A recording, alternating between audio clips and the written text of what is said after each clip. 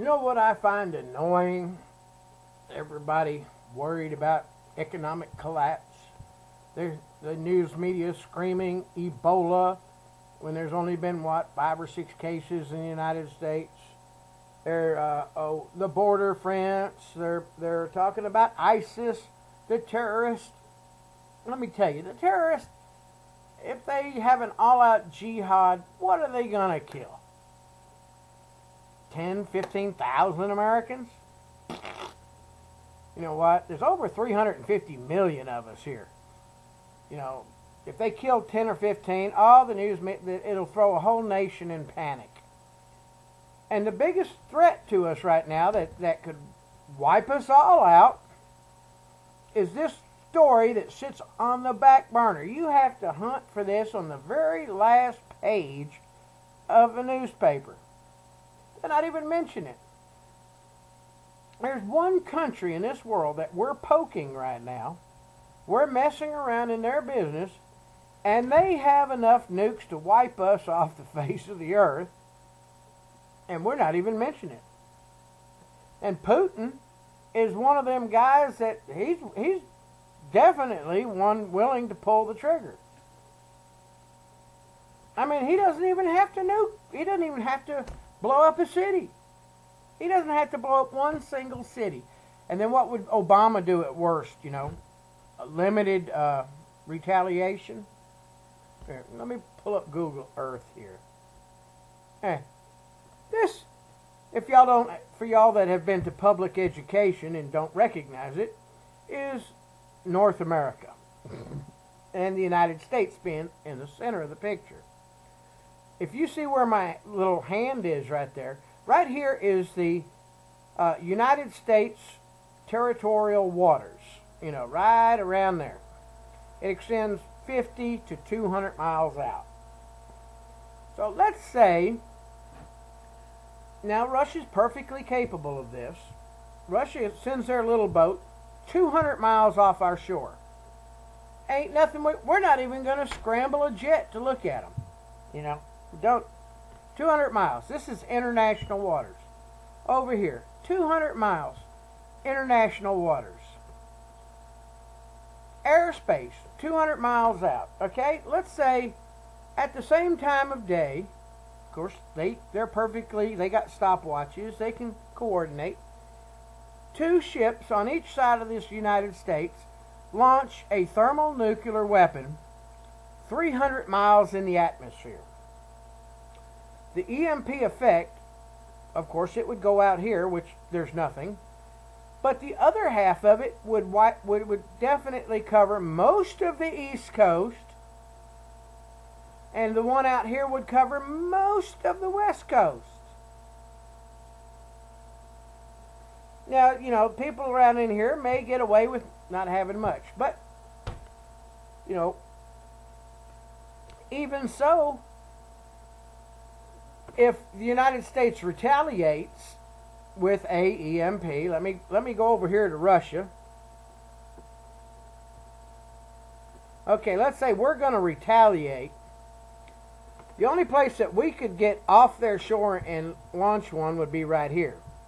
But, you know, we're not going to do that. We're going to retaliate, and we're going to send an EMP right over Moscow, 300 miles up, which is going to take out all of this. Of course, some of it's going to spill over into China, and that's going to piss the Chinese off. And we're going to send another one, EMP, over here. It's going to take out their naval stations and all like that over here.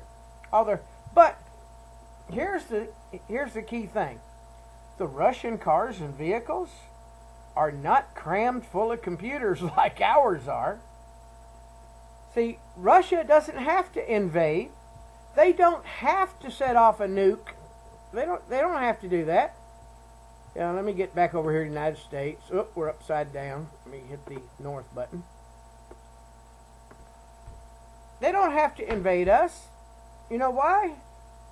Once all this gets nuked and all these factories and everything are shut down, the Russians can just sit back there and watch us kill each other. The American people will kill each other. And I know what somebody's going to, if they're worried about what I'm eating, it's macadamia nut. So, I mean, Putin doesn't even they don't have to launch over the United States. They do not have to send a missile anywhere in our territorial waters to wipe us out. Then, let's say, our military stuff is shielded. All our military hardware and equipment is stationed all over every place else in the world.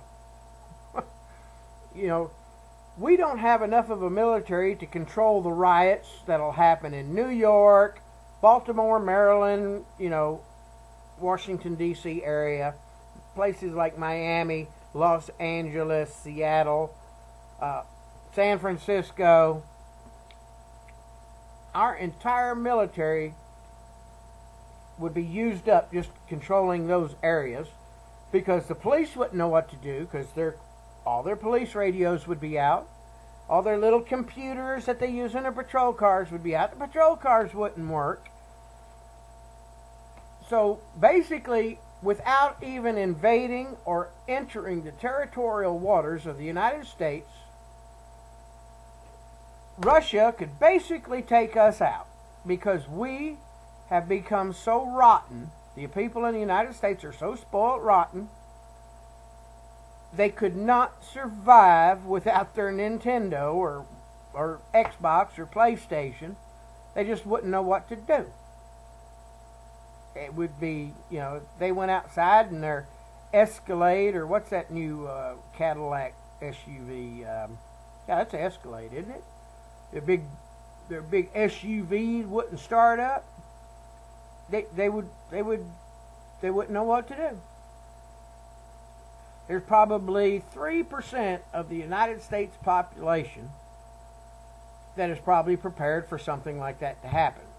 And of that 3%, only 1% of that 3% is prepared for any long-term stuff, and most of them are Amish and Mennonites. So, yeah, Putin wouldn't have to do nothing but watch us kill ourselves. The American people would self-destruct. The government couldn't control it, because the government only has emergency preparations for the government. That's all they care about, themselves. The filthy rich would be those FEMA camps and stuff. I don't even think they could run them for very long. They would probably, within a year's time, they'd be gone. Because all this infrastructure out here, gone.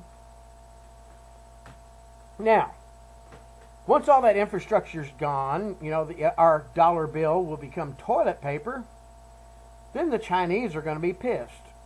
Now, do you think, with all this infrastructure gone and everything, and our military busy over in the Middle East and handling Russia and stuff, and what would remain, let's say it remains conventional war, well, China's going to say, hey, where's our money? They're going to float their little container ships over here and say, hey, we want our money. And they're no doubt going to try to take it. Now, we've forgot all about Mexico down here.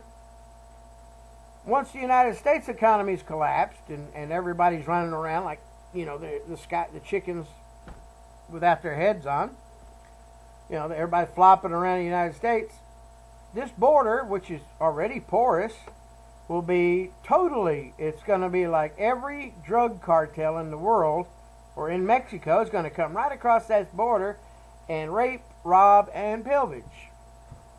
And there ain't no preppers going to be able to withstand it, because, hey, face it, preppers can't stand together now. You're lucky if you get a group of 100. You've got a huge prepper group. 100. Now, these Mexican cartels, they got thousands. And they're armed with RPGs. Armored vehicles. The American government has forbidden the American people to have anything like that. So, our own government has made us defenseless. Now, the founders of the Constitution intended for us to have everything the American soldier can carry. if that was still the case, you know, we might be able to survive. If it wasn't for the government telling the automakers, well, you're going to have all this crap in your cars, we would probably be as good as Russia, you know. Our vehicles would probably restart, you know. But no, we got to have computers and everything.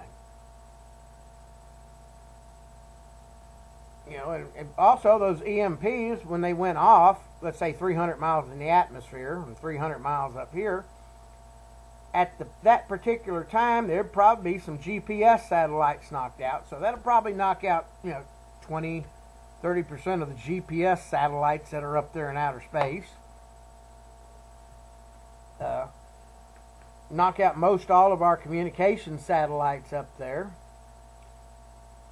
Yeah, that's what I'm saying. Russia does not even have to send a nuke over the United States to wipe us out. Not even over us. Doesn't even have to cross our international waters. I mean, not our international. Does not have to enter the United States territory to have all the Americans out here killing each other. I mean, it would be, well, it wouldn't be hilarious, but it would be interesting. I figure I'm going to die anyway, so I'm just going to sit back in my reclining chair on my front porch and sit back and say, I told you so. Nobody cared. Nobody was paying a bit of attention. I'll be sitting on the front porch of my rocking chair, eating my macadamia nuts, waiting for the naked mutant ninja bikers to come by and take me out. But, yeah, that's what I'm saying. Look, if you look at that, because everybody can go on the internet right now and look up EMP effect on the United States. And every one of the drawings show an EMP going off right over here in the center. Now, if one bomb went off in the center, it shows all of this going dead.